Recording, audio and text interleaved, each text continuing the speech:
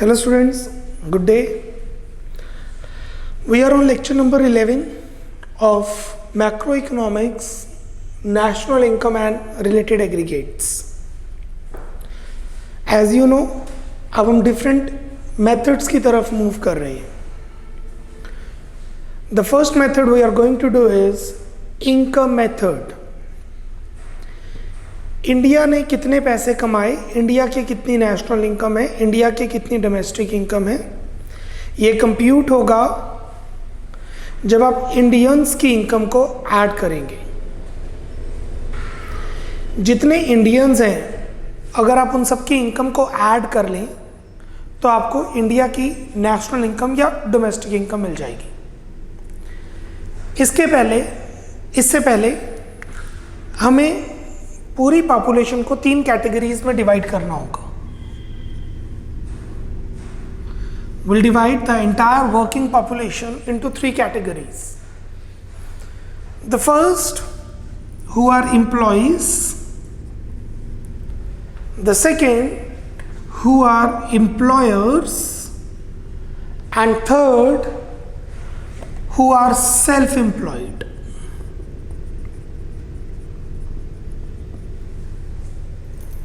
Like आपके school के teachers जो पैसे कमाते हैं, रेलवेज डिपार्टमेंट में जो लोग पैसे कमाते हैं, Radisson Blu park plaza hotel के अंडर जो मैनेजर्स पैसे कमाते हैं, वो सभी इस कैटेगरी के अंडर आते हैं. Hero cycles, BCM school, any trust, Reliance private limited, उनकी इनकम यहां पर आती है. So basically these are a kind of companies और the employers who give the work to employees. Ambani की इनकम यहां आएगी, रिलायंस की इनकम यहां आएगी. सेल्फ एम्प्लॉयड मेरे जैसे काफ़ी सारे लोग जो अपनी फैक्ट्री में काम करते हैं, शॉप पे काम करते हैं, छोटे छोटे बिजनेस फैक्ट्रीज करते हैं. इंडस्ट्री के अंदर लोग जो काम करते हैं और छोटी मोटी फैक्ट्री. That's it. इसके अलावा नॉन वर्किंग पॉपुलेशन होती है, वो तो कोई पैसे कमाते ही नहीं, तो वो नेशनल इनकम का पार्टिसिपेंट ही नहीं होते, नेशनल इनकम को कंसीडर ही नहीं करते. ये जो एम्प्लॉयज हैं, इनको जो पैसे मिलते हैं उसे कहा जाता है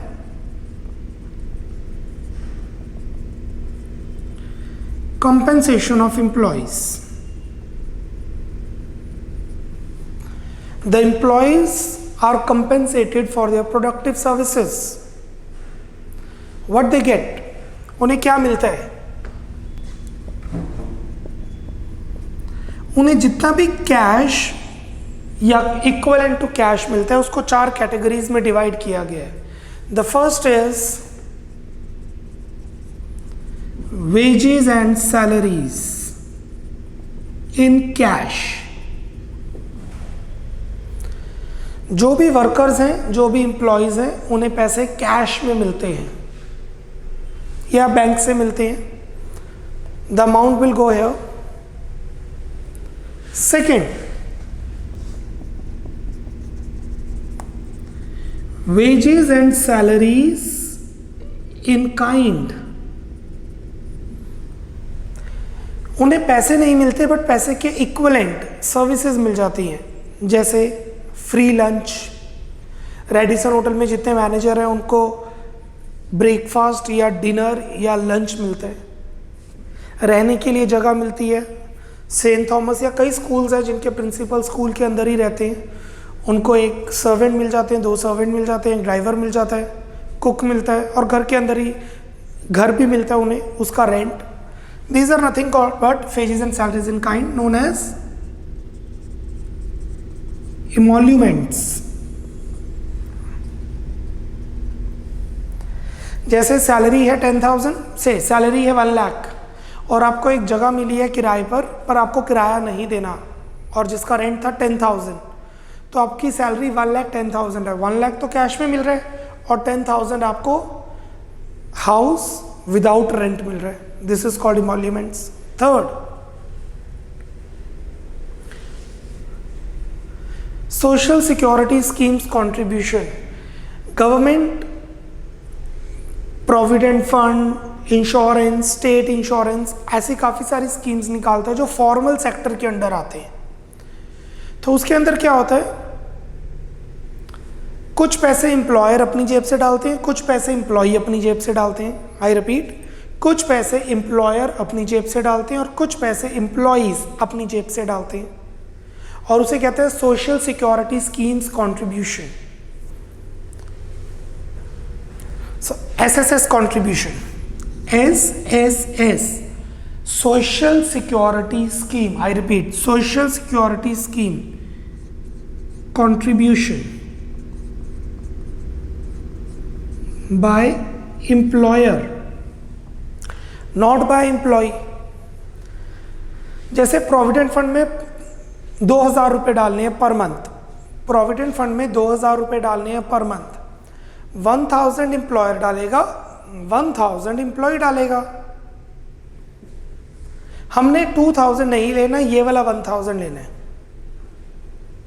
अब आप सोचेंगे सोशल सिक्योरिटी स्कीम में तो 2,000 गए हैं, बट 1,000 तो एम्प्लॉय ने दिया और वो अपने वेजेस में से पे करते हैं इन कैश। सो 2,000 रुपये प्रोविडेंट फंड में हर महीने जाएंगे, 1,000 जाएगा जो हम डाल रहे हैं एम्प्लॉयर, 1,000 वर्कर डालेगा अपनी वेजेस इन कैश में से। जैसे 1 लाख की सैलरी है, उसे 99,000 मिलेगी क्योंकि 1,000 यहाँ पे जाएगा। दैट इज वाई हम यहाँ पे सिर्फ 1,000 लेंगे, 2,000 नहीं, क्योंकि ये 1,000 ऑलरेडी इंक्लूडेड है। That is why it is employer. And fourth we have is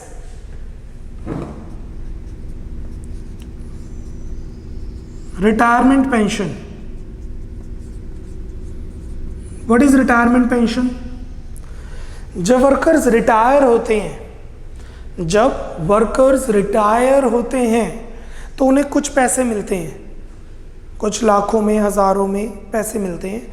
वो पैसे एम्प्लॉयर अपनी जेब से डालते हैं उनकी पेंशन के लिए। ये रिटायर पेंशन है, ओल्ड एज पेंशन नहीं है। Retirement pension is that pension which is paid at the time of retirement, and old age pension is the pension which is paid at the time of when the person gets old. We added retirement pension. This is compensation of employees. Anything which is paid by employer to employee, not any third party, is compensation of employees. अगर exam में compensation of employees given है तो ये चारों चीजें ignore हो जाएंगी, क्योंकि ये चारों चीजें कंपेंसेशन के अंदर ऑलरेडी इंक्लूडेड है। आई रिपीट, इफ क्वेश्चन में compensation of employees given, you will ignore these 4 things because these 4 things are already the part of compensation of employees. I want you to open page number 13, page number 13।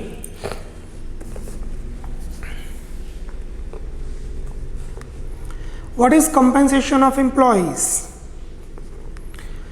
The amount earned by employees from their employers, whether in cash or in kind or through any other social security scheme, is known as compensation of employees. In cash, in kind or any other social security scheme.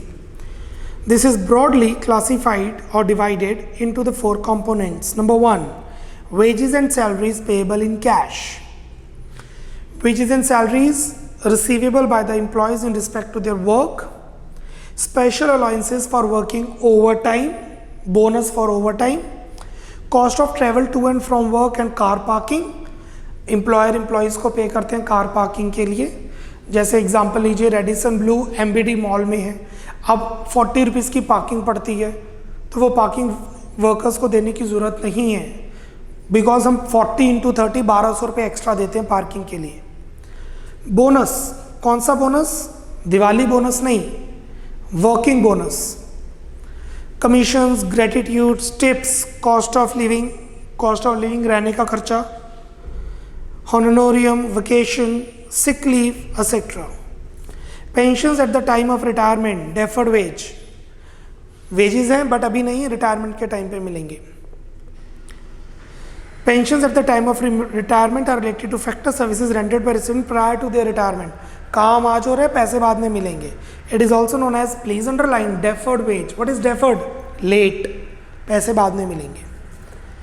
Any expenses incurred by the employees and thereafter reimbursed by business enterprises should be excluded from compensation of employees, as such expenses are the part of intermediate consumption of business enterprise.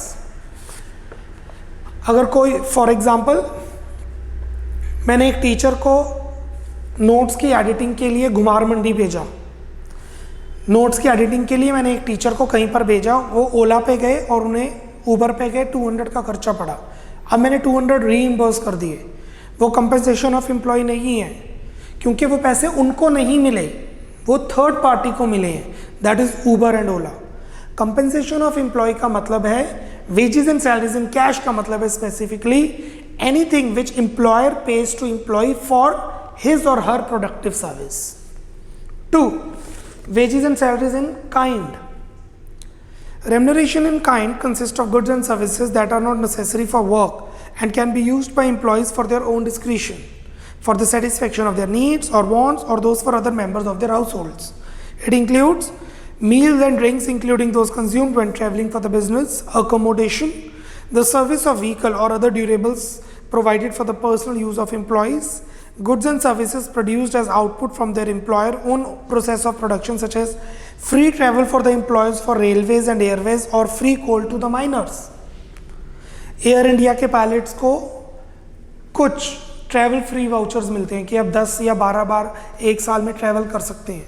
वो voucher आप भी use कर सकते हैं, अपनी family member को भी दे सकते हैं. This one. पीवीआर के मैनेजर को मूवी टिकट्स फ्री मिलती हैं पूरे साल में, आप मंडे टू फ्राइडे कभी भी यूज़ कर सकते हैं. वो खुद यूज़ कर सकते हैं या अपनी फैमिली मेम्बर को दे सकते हैं. स्पोर्ट्स, रिक्रिएशनल और holiday facility for employees and their families, crutches for children of employees, value of interest foregone by employer when they provide loans to employees at reduced or even zero rate of interest for the purpose of buying houses, furniture or any goods or services. So what is in kind? Anything the employer pay to employees in terms of goods and services that can be used by the person himself, herself, or can postpone to other or forward to other. Use the postpone of it or forward the use of it to any other family member or friend. It should be kept in mind that it does not include any facilities which are necessary for work and in which employees do not have any discretion.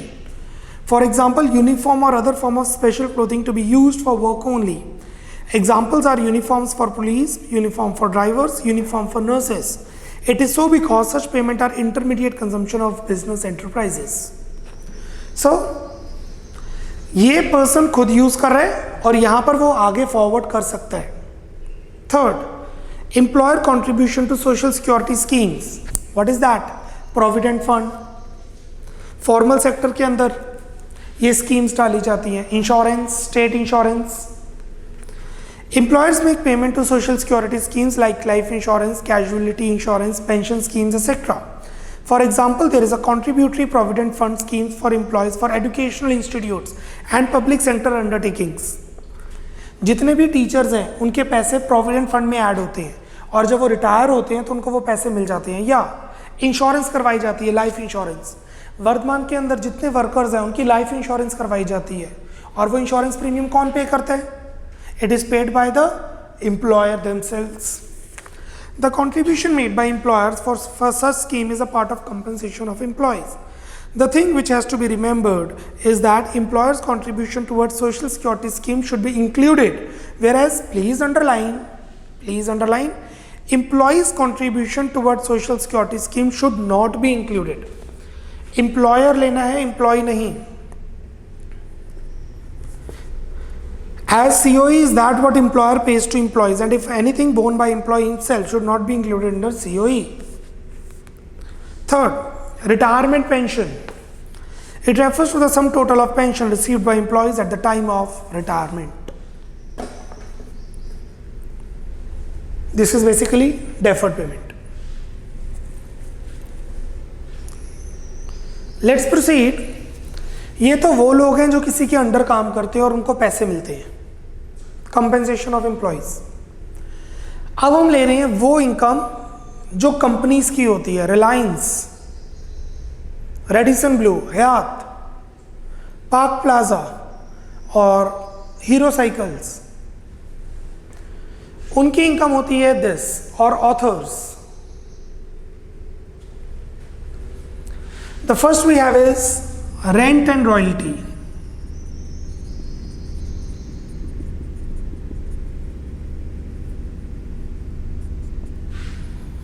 What is rent? जो land से पैसे कमाए जाते हैं। What is royalty? जो authors पैसे कमाते हैं। So rent and royalty is the income of employers, और you can say the companies. Interest, companies. ये नॉर्मली इनकम होती है फाइनेंशियल इंस्टीट्यूट्स की, जैसे कि state bank of India, ICICI, Punjab national bank, Muthoot finance, और कुछ पॉइंट तक लाइक पोस्ट ऑफिस में considered. Profits,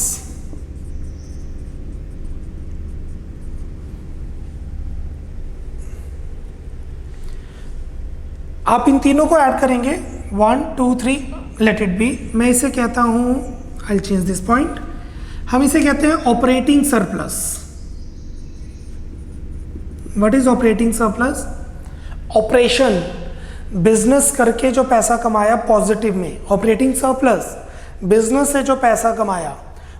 we have 3 points, rent and royalty, interest, profits.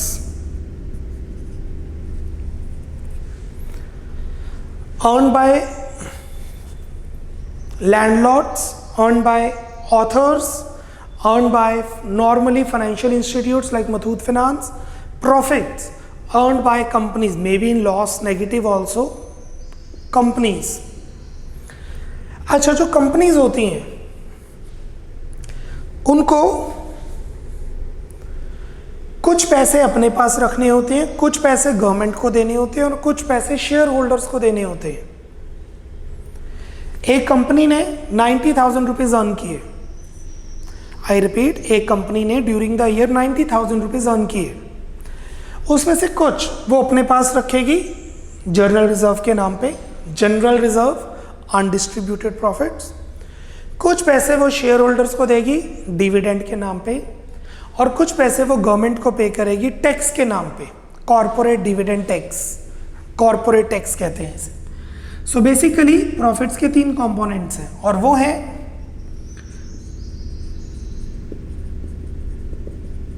Undistributed profits, corporate tax, corporate taxes, corporate dividend tax और companies का tax and dividend.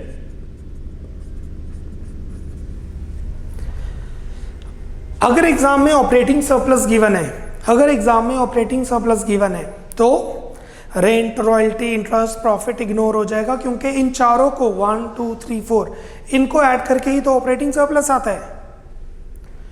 अगर question में profits ignore given है तो ये ignore हो जाएगा, क्योंकि इन तीनों को ऐड करके ही तो प्रॉफिट आता है। जैसे कंपनी ने पता नहीं कितने पैसे कमाए, कंपनी ने पता नहीं कितने पैसे कमाए, बट कुछ 30,000 अपने पास रखे जनरल रिजर्व, 30,000 गवर्नमेंट को टैक्स की फॉर्म में दिए और 30,000 डिविडेंड की फॉर्म में दिए। सो 30 + 30 + 30 is basically 90। This is nothing but operating surplus. Page 14, what is operating surplus? Operating surplus have the following 2 components. Income from property. It is the income which has been arisen from rent, interest and royalty. It is divided into 3 components. Rent. The income arising from ownership of land and building is known as rent. It also includes imputed rent. अगर मैं अपनी जगह पे काम कर रहा हूँ तो उस जगह का रेंट इंक्लूड होगा, अगर आप अपनी ही जगह पे काम कर रहे हैं तो उस जगह का रेंट इंक्लूड होगा। कैसे होगा? मार्केट वैल्यू पे। इसे कहते हैं self imputed rent, imputed rent. If a person living in his own house, then it is assumed in an economy that he is paying interest to himself. This concept is known as imputed rent. Royalty. Royalties are the payment made for the use of mineral deposits such as coal, oil, etc., and for the use of patent, copyright, trademarks, etc. Authors, minors को pay होता है ये. Interest. It is the amount earned for lending funds to the production units. It also includes imputed interest of funds provided by entrepreneur. But interest income includes interest on loan taken for productive services only. Please underline. Productive service only. याद होगा हमने किया था. Loan given to friend for a car not included.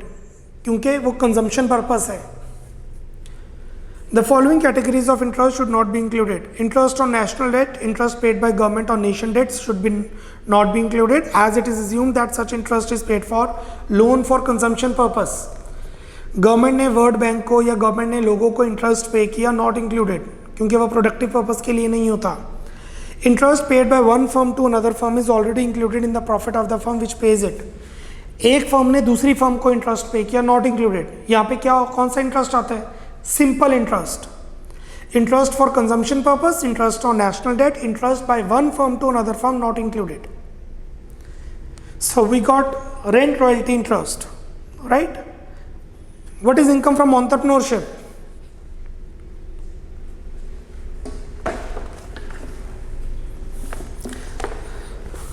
It is a return of entrepreneur after paying all the factors of production. ये entrepreneur की return है, जो उसे रिटर्न मिलती है सारे खर्चों के बाद, basically profit. It is one of the following types. Distributed profit. It is of the following three types. Distributed profit, जो प्रॉफिट डिस्ट्रीब्यूट कर दिया जाता है शेयर होल्डर्स को, dividend. It is that part of total profit which is given to share holders. The thing to be noted here is that profit earn by one firm to another should not be included under this head because it is already included in the profit of the firm which pays it. 2. Undistributed profit, saving of private corporate sector or retained earnings. Please underline retained earnings.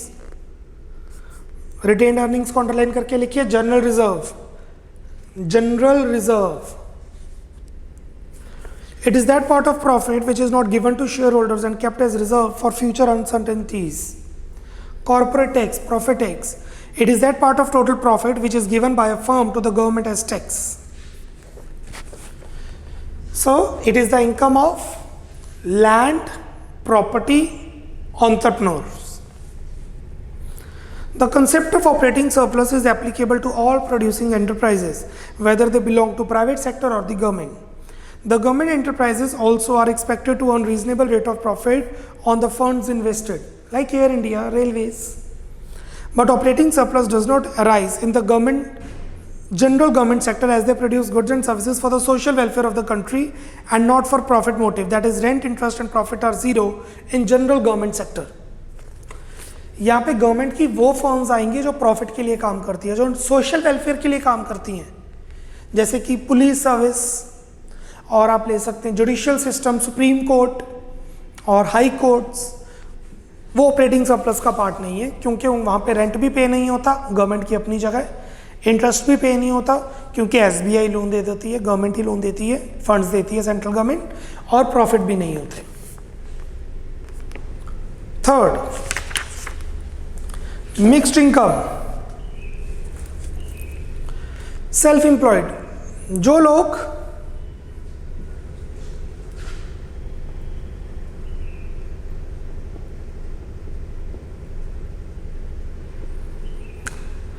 इसके अंदर सिर्फ एक ही part है which is mixed income of self employed. जो लोग अपने आप काम करते हैं, कोई ज़्यादा वर्कर नहीं होते, इनफॉर्मल सेक्टर होता है, अपनी ही जगह पे काम करते हैं या रेंट ले लेते हैं, अपने आप को ही वेजेस पे करते हैं. This is called mixed income of self employed. Example लीजिए, ब्यूटी पार्लर अगर, या सलून, लैक्मे सलून की बात हो रही है तो this Lakme salon comes under operating surplus. Lakme salon के अंदर जो लोग काम कर रहे हैं, they are compensation of employees. पर गली के अंदर जो सलून होता है, स्ट्रीट्स में, मोहल्लों में जो सलून होता है, उनकी इनकम ये होती है मिक्स्ड इनकम सेल्फ एम्प्लॉयड. आगे बढ़ते हैं. दूध, मिल्क, अमूल की इनकम्स यहाँ पे जाएंगी, अमूल के अंदर जो लोग काम कर रहे हैं, अमूल फैक्ट्री में जो लोग काम कर रहे हैं उनकी इनकम इधर जाएगी। और जैसे कोई साइकिल पे या बाइक पे दूध देने आता है, आपको शॉप होती है, हैब्बोवाल से कोई दूध देने आ रहा है या फिर ताजपुर रोड से कोई दूध देने आ रहा है, उसकी जो इनकम रहती है that is mixed income of self employed. Last example, Ryan international की इनकम ऑपरेटिंग सरप्लस, उसके अंदर जो टीचर्स पढ़ा रहे हैं, कंपनसेशन ऑफ एम्प्लॉइज, मेरी income mixed income of self employed. Income of own account workers like farmers, doctor, barber etcetera, and unincorporated enterprises like small shopkeepers, repair shops is known as mixed income. They do not maintain proper accounts. If they do, they come under this and this. They do not generally hire factor services from the market, rather they uses own resources like land, labor, funds. As a result of it, becomes difficult to classify their income distinctly among rent, wages, interest and profit. तो इसको divide करना बहुत difficult होता है, इसलिए mixed rent, wages, interest, profit add करके ही आ जाता है।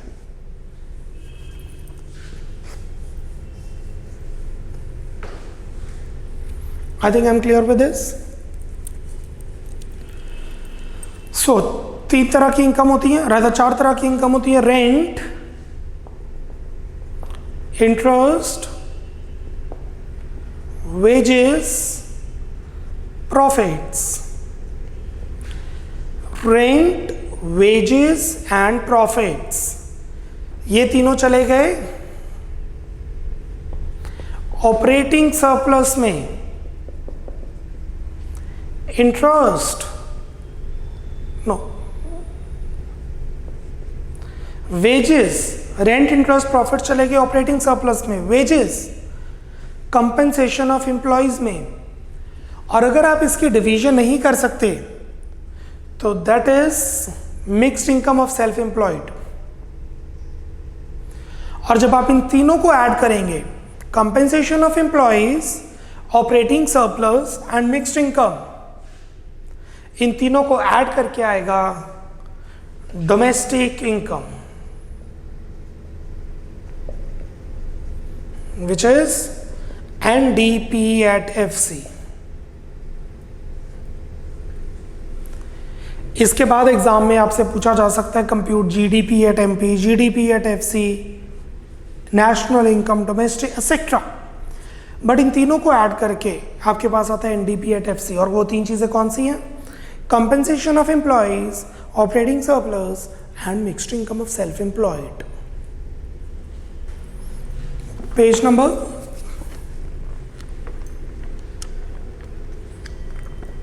12, page number 12।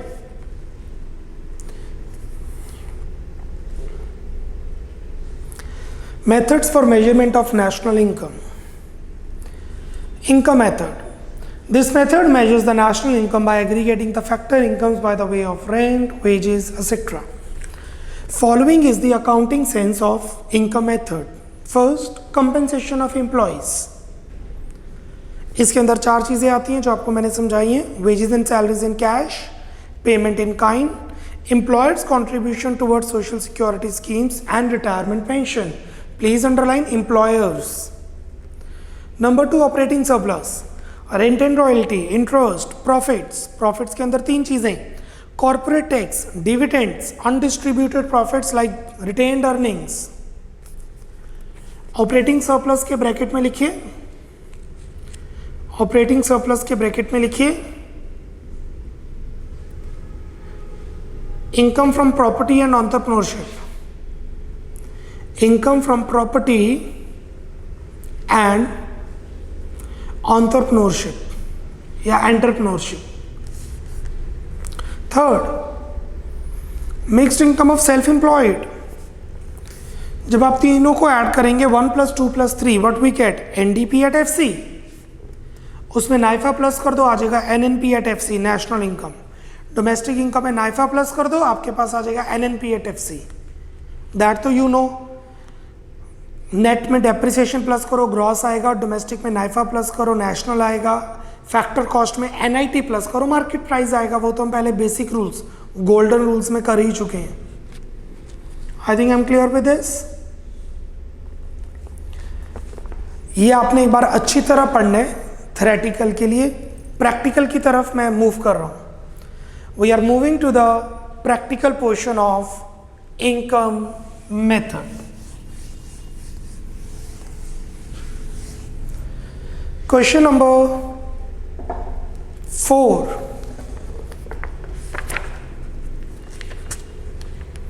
Page number 27, page 27, question number 4।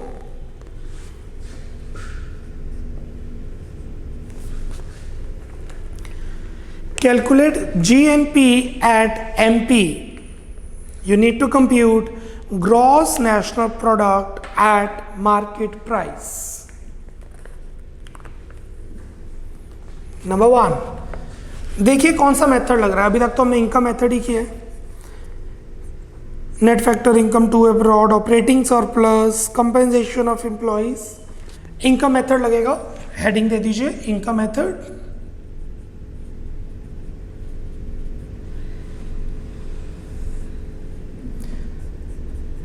NDP at FC is equal to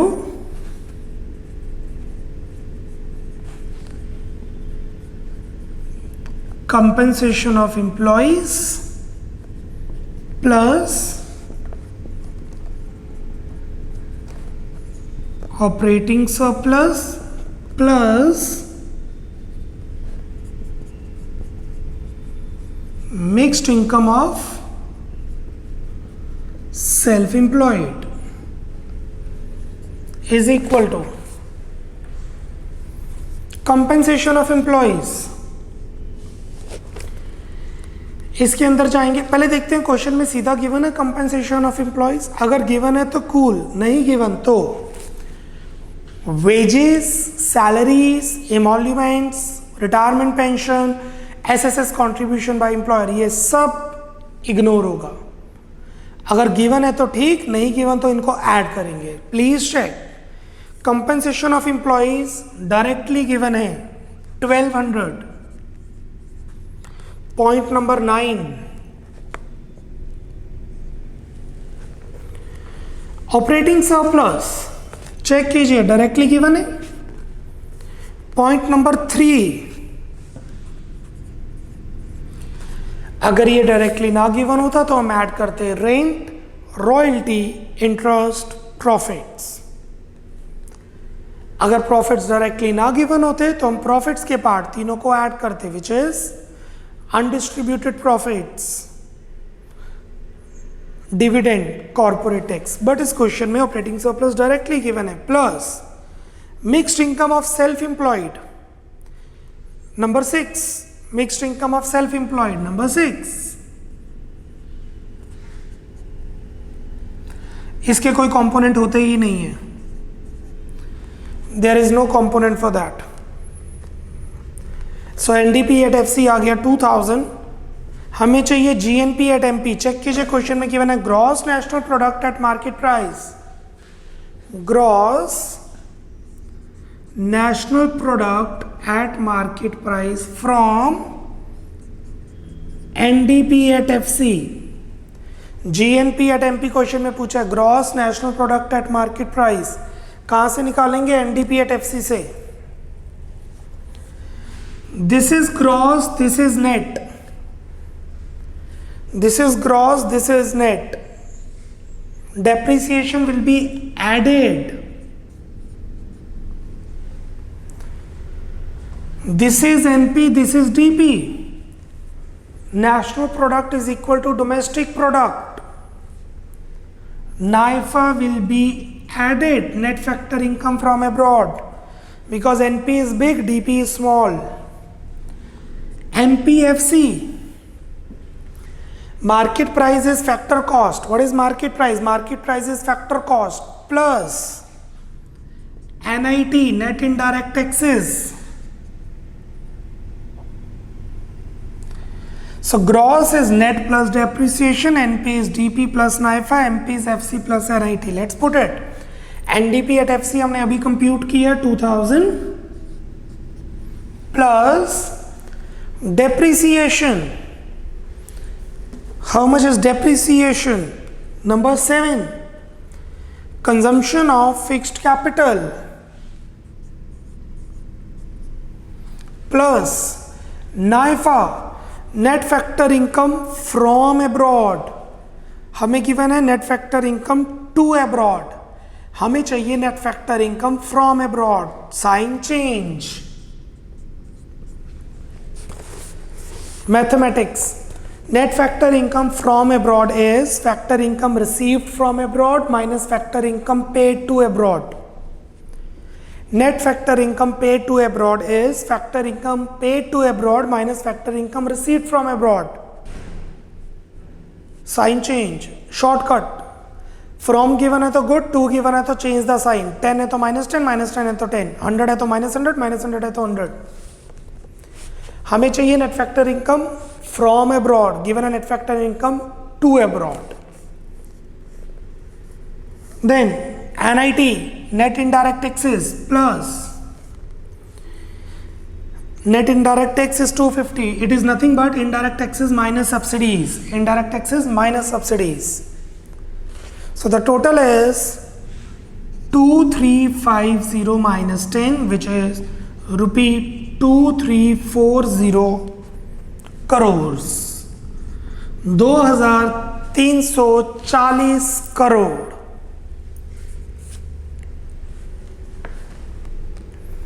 Clear? Any doubt anyone?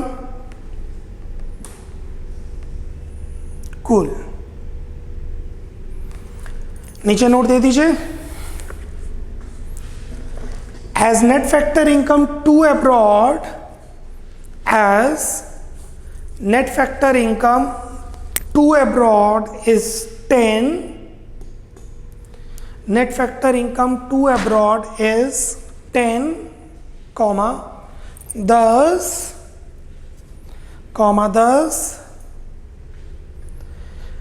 net factor income from abroad is minus 10. Net factor income from abroad is minus 10. इस country की इस साल की GDP है 2340 crore. Next question number 19th. Question number 19th. State the various components of income method that are used to compute national income. Components को explain करना है. 3 marker और 4 marker. Compensation of employee, this. पूरा explain करने की जरूरत नहीं है, इसको focus कीजिए. ऑपरेटिंग सरप्लस, सबकी एक एक डेफिनेशन देने की जरूरत नहीं है, इस पर फोकस कीजिए. एंड दिस बेसिकली आपने तीनों कंपोनेंट्स को ब्रीफली एक्सप्लेन करना है. Write down. Refer page number 13, 14 and 15. Refer page 13, 14 and 15. Question number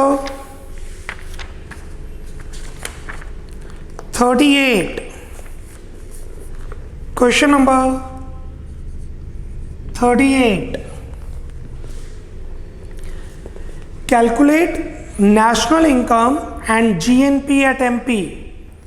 National income is NNP at FC. Please underline national income NNP at FC. Domestic income होता है NDP at FC, national income होता है NNP at FC, and gross national product at market price. ये बात की बात है, ये कैसे आएंगे विल सी इट लेटर. पहले तो हम इनकम मेथड लगा के एनडीपी एट एफसी निकालते हैं. हेडिंग दीजिए income method.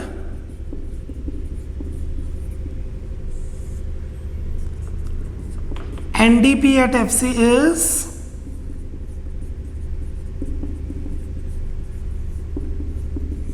compensation of employees plus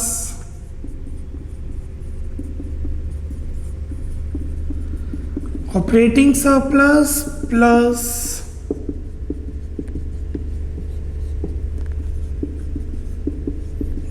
mixed income of self-employed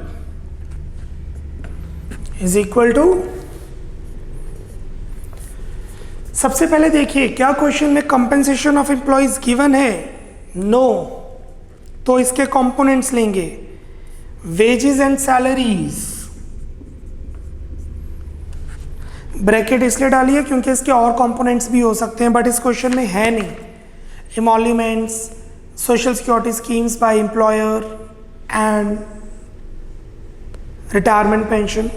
कई बार पेपर में बहुत सारा कुछ गिवन होता है क्वेश्चन में, वो सब इग्नोर करना है, वो कंफ्यूज सी फैक्टर होता है, कंफ्यूजन फैक्टर, कंफ्यूज करने के लिए होता है। प्लस ऑपरेटिंग सरप्लस डायरेक्टली नहीं given, bracket rent, interest, profits, royalty 40 plus 25 plus mixed income of self employed नहीं given, 0 0।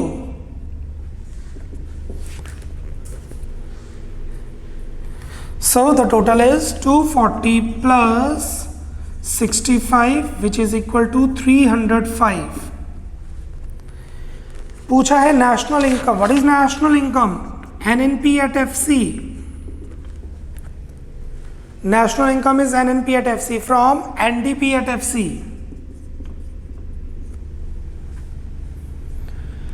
N no role for depreciation, एनपीटीपी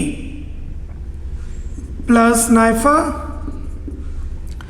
FC no role for NIT, net indirect taxes का कोई रोल नहीं है। So 305 plus NFIA net factor income from abroad -5 ₹300, that's it, no unit, crore, lakh, millions, dollar कुछ नहीं है। और पूछे GNP at MP, GNP at MP चाहे एनडीपी एट एफसी से ले लीजिए चाहे एनएनपी एट एफसी से ले लीजिए, कोई फर्क नहीं पड़ता, आंसर सेम आएगा। मैं लिख रहा हूं NDP at FC just as a rule, जो चीज पहले मैं निकालूंगा वो मैं लिखूंगा। आप यहां पे एनएनपी एट एफसी से भी शुरू कर सकते हैं, आंसर सेम आएगा। G is equal to N, G is equal to N plus depreciation, NP is equal to DP, NP is equal to DP plus NIFA, MP is equal to FC, MP is equal to FC plus NIT. So NDP at FC 305 plus depreciation 50 plus NIFA -5 plus NIT net indirect taxes 40. So the correct answer is the GNP is GNP at MP, gross national product at market price। मतलब Indians ने during the year depreciation के साथ market price पे जो कमाया है वो है 390 rupees, lakhs, dollar, crore, whatever the unit is, it is not given in this question। That's all for this। कल हम इनकम मेथड को आगे कंटिन्यू करेंगे। This is all about income method, will continue in lecture number 12। Bye bye, take care, God bless.